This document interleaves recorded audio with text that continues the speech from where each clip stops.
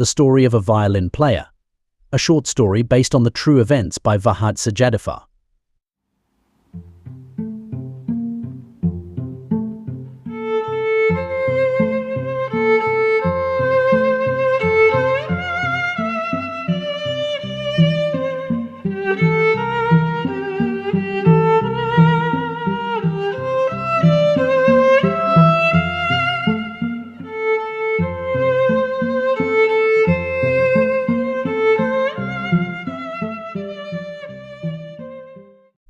Many nights, when passers-by wandered through the alleys of the Monterey neighborhood, the soulful sound of the violin caught their ears.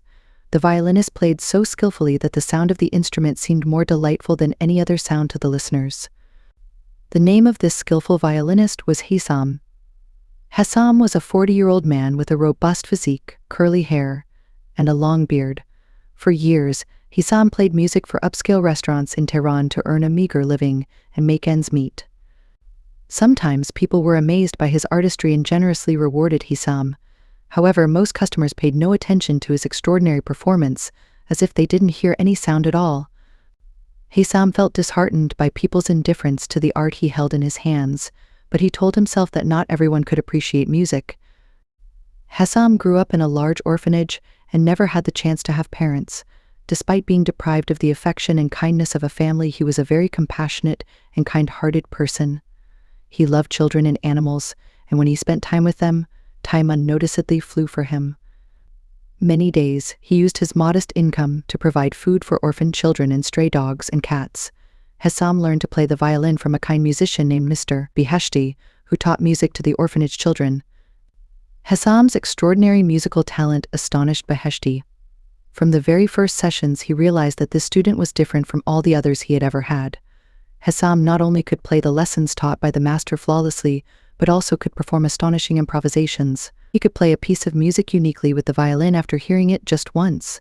He could even play pieces that were originally performed with other instruments on the violin exceptionally well. 4 years after Master Beheshti met Hissam, he introduced his student to the famous Tehran Symphony Orchestra to collaborate. When the members of this orchestra saw Hissam's violin performance, they were astounded at how someone at the age of 17 could produce such a sound from an instrument. Majid, the orchestra's conductor, said to Hissam, "You are incredible. How fortunate we are to have the best violinist in our group." From that day on, Hissam joined the Tehran Symphony Orchestra, and the beautiful days of his life began to shine. After receiving his diploma, he had to serve in the military, but he still spent his nights and days off with the orchestra. It had been about 3 years since he became a permanent member of this musical group. Majid and the other members knew that Hissam was undoubtedly the most valuable player in their group. Not only could he play the violin masterfully, but he could also play the cello and the guitar with great beauty. The Tehran Symphony Orchestra traveled across Iran to hold concerts, therefore Hissam could gain a lot of experience with the cultures of different ethnic groups and cities in Iran. Often the orchestra members were invited to the homes of artists in various cities, which led to Hissam establishing a cohesive relationship with musicians and art enthusiasts. When Hissam turned 26, he went to the house of the famous Shirazi singer, Shahab Ilkhani, at one of these invitations. Ilkhani introduced his family members to Hissam. When Hissam's eyes fell on Mahtab, her beauty made his heart flutter. Mahtab, the beautiful daughter of Shirazi, had a unibrow, large eyes, and sunken cheeks. Hissam thought to himself that he had never seen such beauty in the world before. He said to himself one might only see such delicacy in the notes of music. Hissam was so attracted to Mahtab that he didn't notice what Ilkhani was saying. Suddenly, Ilkhani asked a question, and since Hissam wasn't paying attention to the previous conversation, he had no answer to the question, and Ilkhani realized that this young man had fallen in love with his daughter. Mahtab was completely aware of Hissam's strange behavior. Mahtab had already seen videos of the Tehran Symphony Orchestra's performances and was deeply impressed by Hissam's playing. Hissam was waiting for an opportunity to talk to Mahtab privately. Due to his extraordinary violin playing, Hissam was always at the center of attention, and hence, he knew how to flirt with women. It wasn't difficult for him to persuade Mahtab to start a romantic relationship. When Ilkhani went to the kitchen to help his wife, he found the perfect opportunity. He asked Mahtab, "Do you like music?" Mahtab, who was impressed by Hissam's boldness and confidence, replied, Yes, I've also seen your music performance. Congratulations. You play the violin superbly. Hesam, knowing that there wasn't much time left until Ilkani returned from the kitchen, asked Mahtab to exchange phone numbers so they could talk more privately. Mahtab, who was completely intrigued by Hesam's interest in her, eagerly awaited this sentence. The Tehran Symphony Orchestra stayed in Shiraz for 2 weeks to hold concerts. Since the day Hesam and Mahtab met, they spent a lot of time together. The best violinist in Iran had fallen in love. Finally, the time came to bid farewell and leave Shiraz. Hesam and Mahtab became so attached to each other. With tears and sighs, they said goodbye to each other, and Hesam promised Mahtab to make arrangements so they could reunite soon. Since leaving Shiraz, Hesam had only been thinking about saving money to achieve his dream princess. Several months passed in this manner. Although musicians usually didn't receive high wages in Iran, in those days, Hesam had a relatively high income due to his exceptional talent. With careful planning, he managed to save enough money for a prestigious wedding in just 4 months. On the other hand, the Tehran Symphony Orchestra had gained significant fame due to Hesam's musical talent and the beautiful voice of their singer. The fame of this music group had reached such heights that they were invited to hold concerts in large cities around the world. Music enthusiasts in various countries admired Hesam's artistry. The Tehran Symphony Orchestra was invited to Vienna to hold a concert. Hesam considered playing in Vienna, the world's music capital, a momentous occasion.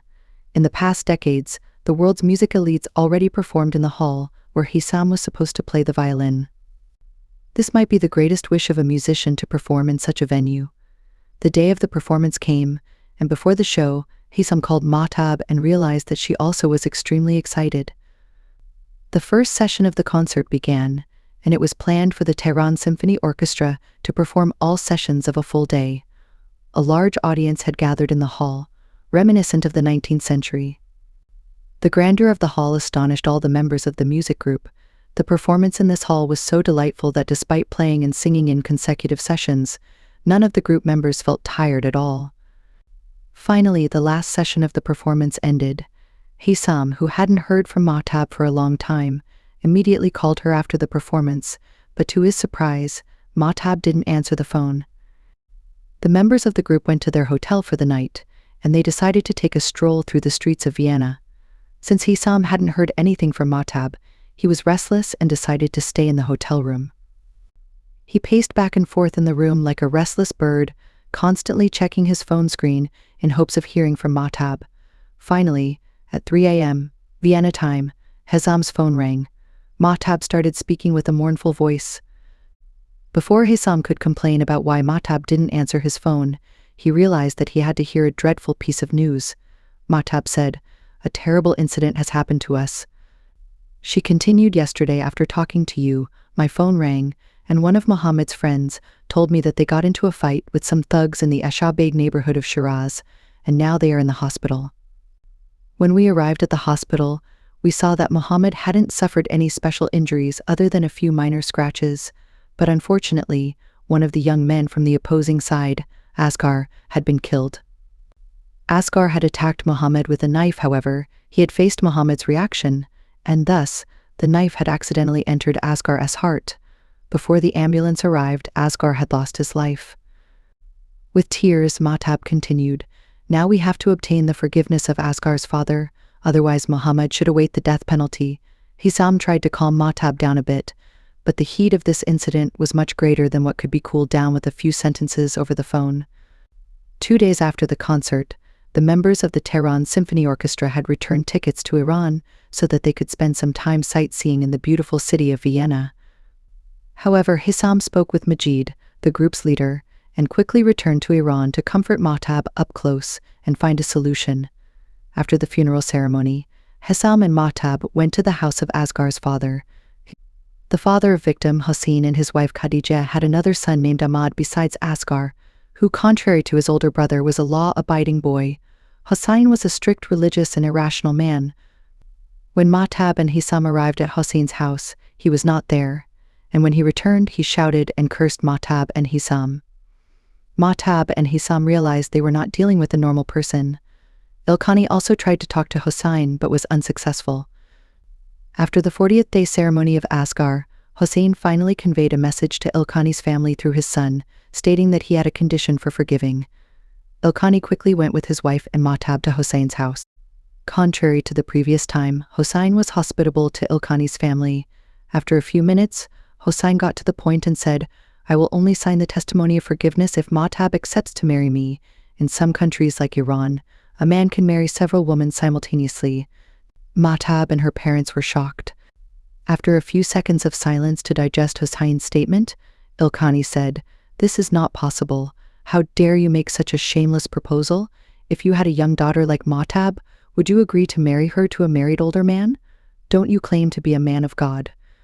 Hossein interrupted Ilkhani and said, "This is my condition for saving your son's life. The decision is yours. You can refuse and wait for the execution of your son then." Mahtab looked at Khadijah with grief. A woman who had always been oppressed by Hossein and now had to find solace in marrying a young daughter to Hossein. Khadi had always sacrificed herself for Hossein and her children, but now one of her sons was buried, and Hossein was seeking lust. Perhaps the description of oppression could be summed up in the word Khadijah. About a week had passed since the meeting of the two families. During this time, Mahtab had not told Hissam anything about Hossein's shameful proposal. Meanwhile, Mahtab tried to convince her family to sacrifice herself to save Muhammad's life. Finally, she was successful, and then she contacted Hissam, saying we should separate. Hissam, who was unaware of the truth, was bewildered and asked, "Why are you saying this all of a sudden? Didn't we plan to rent a house soon and start our life together?" Mahtab lied and said, "To be honest, my family is not happy with our marriage, and we shouldn't see each other anymore." But these words did not convince Hissam. He knew well that the Ilkhani family had no negative opinion about him. Mahtab hung up the phone and didn't answer Hissam's calls anymore. Hissam quickly made his way to Shiraz and demanded to see Mahtab, but Mahtab's mother told him, "I'm sorry, she doesn't intend to see you." However, a strange embarrassment was evident in her eyes. Hissam realized that there must be something else going on. Hissam's persistence was futile. He failed to meet Mahtab. This family had to make a bitter deal. They could free their son by sending their daughter under the grip of Hossein's executioner. The death of humans does not only happen physically, much more so for those who are just moving corpses. Mahtab became a moving dead by selling her body to Hossein in exchange for her brother's life. The Ilkhani family realized that they had sacrificed Mahtab to free Muhammad. The world had punished Mahtab instead of the murderer. In fact, Asghar had caused his death, but the price of this blood had to be paid by an innocent girl named Mahtab, who had to sleep with the vilest man in town. When Hissam learned the truth, he had a performance in Lahijan. Hissam went to the forests of Lahijan. Hissam's screams and cries in the middle of the vast forests reached the ears of no human. He took a knife and set off for Shiraz to spill the dirty blood of Hossein.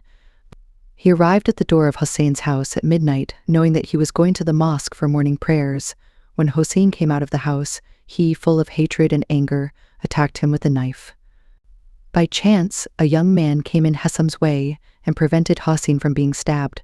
Hissam could not save Mahtab, Khadijah, and many others from the clutches of the vile man of the neighborhood, Ashabig of Shiraz. Hissam was sentenced to 6 months in prison for assaulting someone with a cold weapon. The days in prison were tough for him. His only companion in the cold, dark nights of the prison was the tears in his eyes. After being released, he went to Ilkhana's house, hoping that Mahtab could free herself from Hossein.